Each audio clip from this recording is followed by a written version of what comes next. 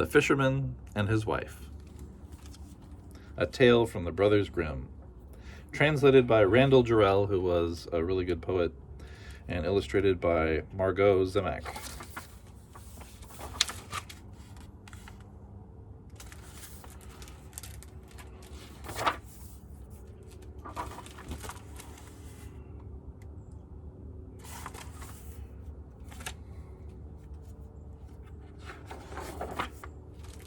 Once upon a time, there were a fisherman and his wife who lived together on the seashore in a pigsty, and every day the man would go and fish, and he fished and fished.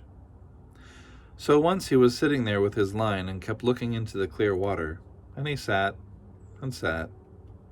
Then his line went to the bottom way down under, and when he pulled it in, there on it was a big flounder. Then the flounder said to him, "Now just listen to me, fisherman, I beg you, let me live. I'm not a regular flounder, I'm an enchanted prince. What good will it do you to kill me? I wouldn't taste right anyway. Put me back in the water and let me swim off."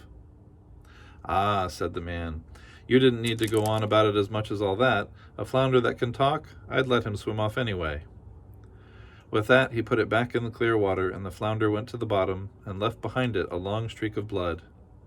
Then the fisherman stood up and went back to his wife in the pigsty.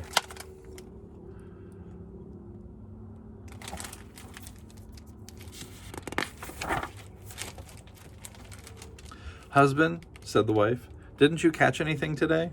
"No," said the man. "I did catch a flounder, but it said it was an enchanted prince, so I let it go."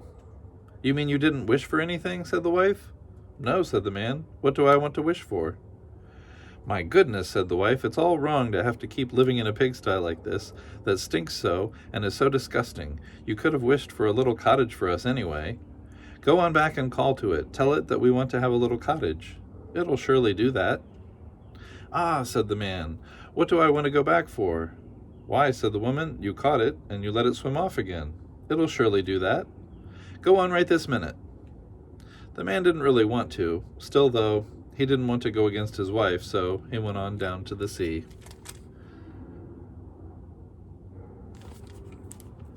When he got there, the sea was all green and yellow and not nearly so clear anymore. So he went and stood by it and said, "Flounder, flounder in the sea, come to me, oh come to me, for my good wife, good Isabel, wills not what I'd have her will." Then the flounder came swimming up and said, "Well, what does she want then?" "Ah," said the man, "I did catch you, so my wife says I ought to wish for something. She doesn't want to live in a pigsty anymore. She'd like to have a cottage." "Just go on back," said the flounder. "She's got it already."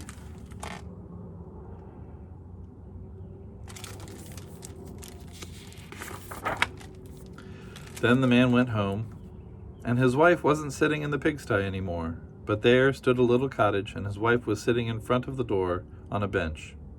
Then his wife took him by the arm and said to him, "Just come inside." Then they went on in, and inside the cottage there was a little hall, and a lovely little parlor and bedroom, with their bed in it, and a kitchen and a pantry, all of the very best, with the finest sort of utensils hanging up in it, some tin and some brass, everything that ought to be there. And out behind there was a little yard too, with little hens and ducks, and a little garden with vegetables and fruit trees. "See," said the wife, "isn't that nice?" "Yes," said the man, "and let it stay that way. Now we'll be really satisfied." "We'll think about it," said the wife. And they had a bite to eat and went to bed.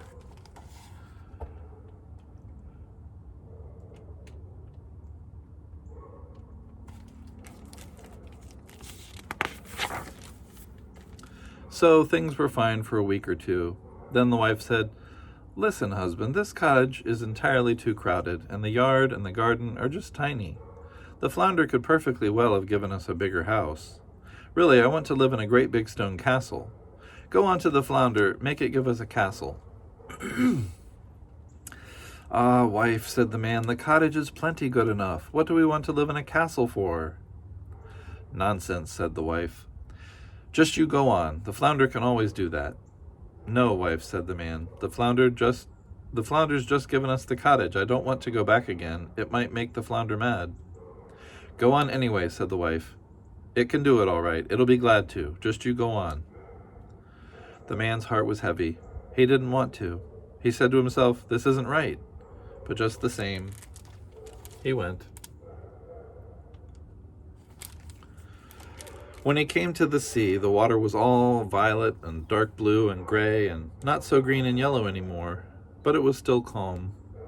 Then he went and stood by it and said, Flounder, flounder in the sea, come to me, oh, come to me, for my wife, good Isabel, wills not what I'd have her will. Well, what does she want then? Said the flounder. Ah, said the man, pretty much upset. She wants to live in a big stone castle. Just go on back. She's standing in front of the door, said the flounder.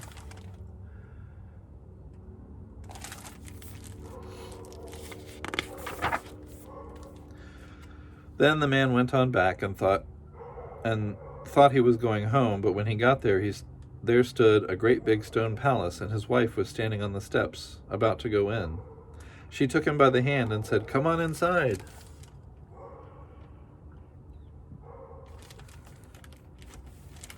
With that, he went inside with her, and in the castle was a great big hall with a marble floor, and there were lots of servants who opened the big doors, and the walls were all shiny and hung with beautiful tapestries, and in the rooms were chairs and tables all of pure gold, and crystal chandeliers were hanging from the ceiling, and all the rooms and chambers had carpets on the floor, and food and the very best wine standing on all the tables, so that they almost broke under the weight. Behind the house was a big courtyard with stables for horses and cows, and the finest carriages. And there was a magnificent big garden besides, with the most beautiful flowers and fruit trees, and a park at least half a mile long, with deer and stags and hares, and everything anyone could wish. Said the wife, Now isn't that fine? Yes, indeed, said the man, and better let it stay that way too. Now we'll just live in this fine castle and be satisfied. We'll think about it, said the wife, and now we'll sleep on it. With that, they went to bed.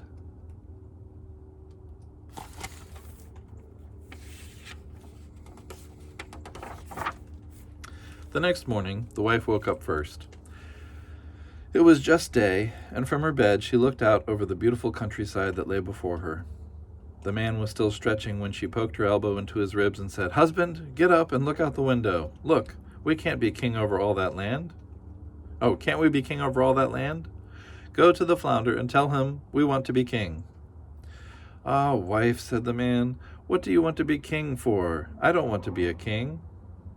Well, said the wife, if you won't be king, then I'll be king. Go on to the flounder. I want to be king. Ah, wife, said the man, what do you want to be king for? I don't want to say that to the flounder. Why not? Said the woman. Go on this minute. I've got to be king. Then the man went and was all upset that his wife wanted to be king. It's not right. It just isn't right, thought the man. He didn't want to go, but just the same, he went. And when he got to the sea was all blackish gray, and the water heaved up from underneath and stank just terribly. Then he went and stood by it and said, Flounder, flounder in the sea, come to me, oh, come to me, for my good wife, good Isabel, wills not what I'd have her will. Well, what does she want, then? Said the flounder. Ah, said the man, she wants to be king. Just go back. She is already, said the flounder.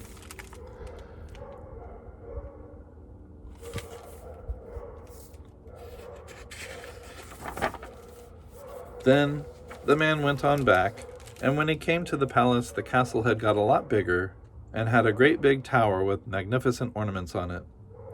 And sentinels were standing in front of the gate, and there were lots of soldiers and drums and trumpets.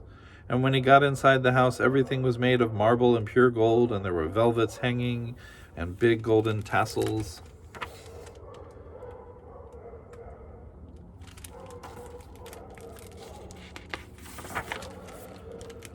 Then the doors of the hall were opened, and there was the whole court. And his wife was sitting on a tall throne of gold and diamonds, and she had a great big golden crown on, and a scepter in her hand made out of solid gold, and covered with precious stones. And on both sides of her were standing 6 ladies in waiting, in a row, every one of them a head shorter than the one before. Then he went and stood there and said, "Ah, wife, are you king now?" "Yes," said the woman, "now I'm king." Then he just stood and looked at her, and when he'd looked at her that way a very long time, he said, "Ah, wife, how nice for you that you're king. Now we won't wish for another thing." "No, husband," said the woman, and she was all excited. The time just drags by. I can't stand it any longer. Go to the flounder. I'm king now. I've got to be emperor, too." "Ah, wife," said the man, "what do you want to be emperor for?"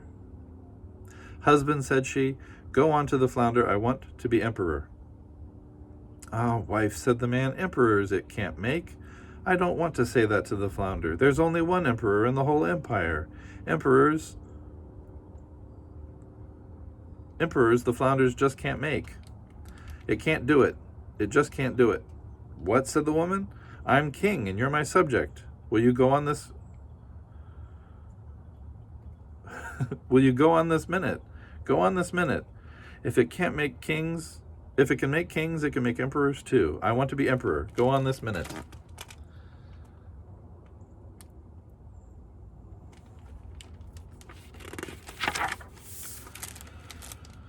Then he had to go, but as the man went along, he got all frightened and thought to himself, "This gets worse and worse. Emperor is too shameless. At last the flounder's going to get sick of it." With that he came to the sea. The sea was all black and thick and began to boil up from underneath so that it threw up bubbles, and a whirlwind passed over it so that the water went round and round, and the man turned gray.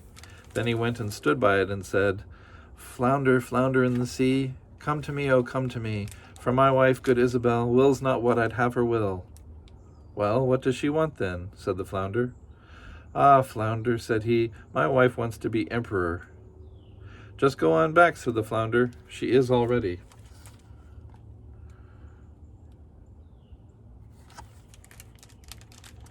Then the man went back, and when he got there, the whole castle was made out of polished marble, with alabaster figures and golden ornaments.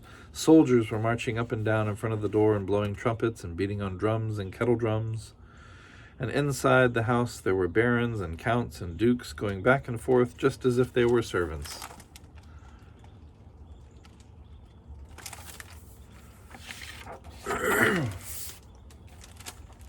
They opened the doors for him that were made out of solid gold, and when he went in, there sat his wife on a throne that was made out of one piece of gold and was at least 2 miles high, and she had on a great big golden crown that was 3 yards high and set with diamonds and carbuncles. And in one hand she had the scepter, and in the other hand an imperial apple, and on both sides of her in 2 rows were her life guardsmen, each one smaller than the one before, from the biggest giant of all, who was 2 miles high, down to the littlest dwarf of all, who was just about as big as my little finger. And in front of her were standing lots of princes and dukes. Then the man went and stood among them and said, "Wife, are you emperor now?"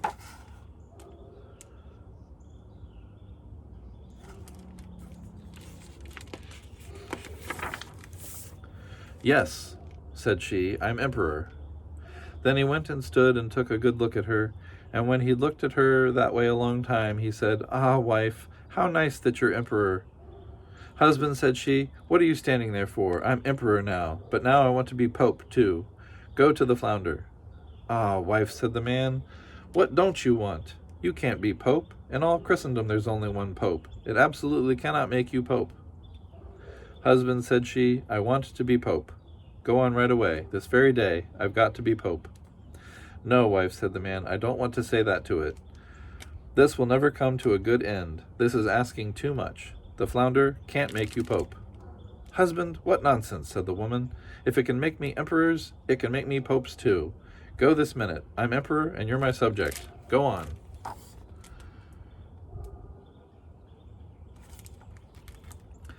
Then he was frightened and went, but he felt all faint and shivered and shook, and his knees and the calves of his legs trembled.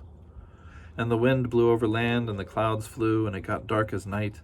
The leaves fell from the trees, and the water surged and roared as if it were boiling. The waves ran high and crashed down on the shore, and far off in the distance you could see ships firing distress signals and dancing up and plunging down on the waves. Yet in the middle of the sky there was still a little patch of blue, though all around on the horizon it was red, as though a tremendous thunderstorm were coming up.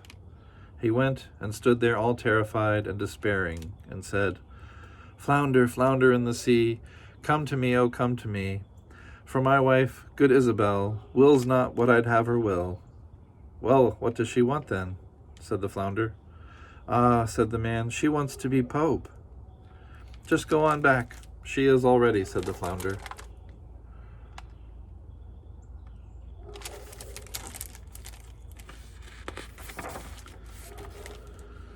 Then he went back, and when he got there, there was a great big church with nothing but palaces around it.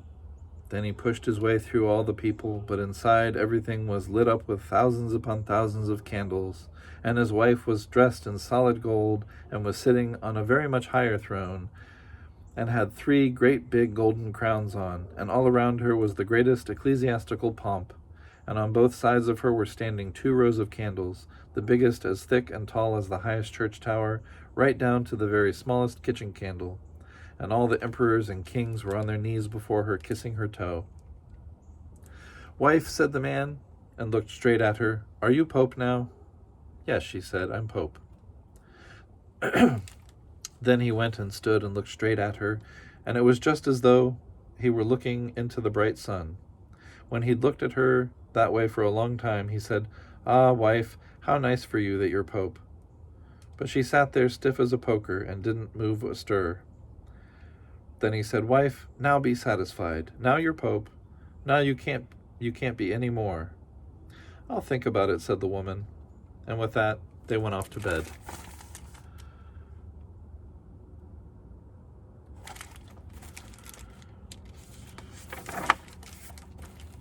She wasn't satisfied, though.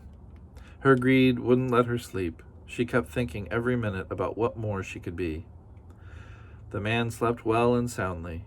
He'd walked a lot that day, but the woman just couldn't go to sleep, and threw herself from one side to the other the whole night through, and all the time she kept thinking what more she could be, but she just couldn't think of anything. And then the sun was about to rise, and she saw the red of dawn. She sat up in bed and stared straight out into it. And as she looked out the window, the sun came up. "Aha," thought she, "couldn't I make the sun and moon rise too?" "Husband," said she, and she poked him in the ribs with her elbow, "wake up, go to the flounder. I want to be like the good Lord." The man was still half asleep, but it frightened him so that he fell out of bed. He thought he hadn't heard right, and rubbed his eyes and said, "Oh, wife, what are you saying?" "Husband," said she, "if it can make the sun and moon rise, just to have to watch the sun and moon rise, I won't be able to bear it." "Oh, if I can't make the sun and moon rise and just have to watch the sun and moon rise, I won't be able to bear it. I'll never again have another hour of peace as long as I can't make the sun rise myself." Then she looked at him so terribly that a shudder went over him. "Go on this minute. I want to be like the good Lord." "Oh, wife," said the man, and fell on his knees before her, "the flounder can't do that. He can make popes and emperors. I beg you, think it over, and stay Pope." Then she got so angry and spiteful that her hair flew out all over her head. She tore open her nightgown and kicked him and shrieked, I can't stand it any longer. Will you go on?"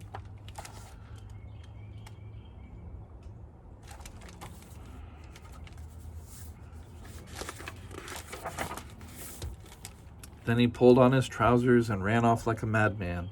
But outside a storm was raging so that he could hardly keep his feet.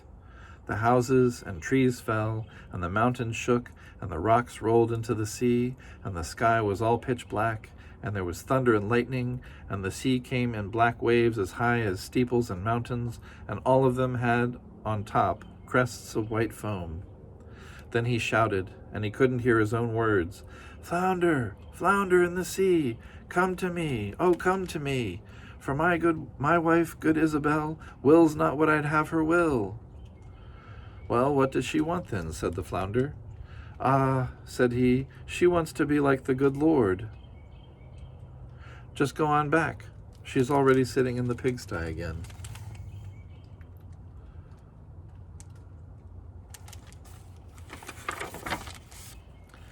And they're sitting there to this very day.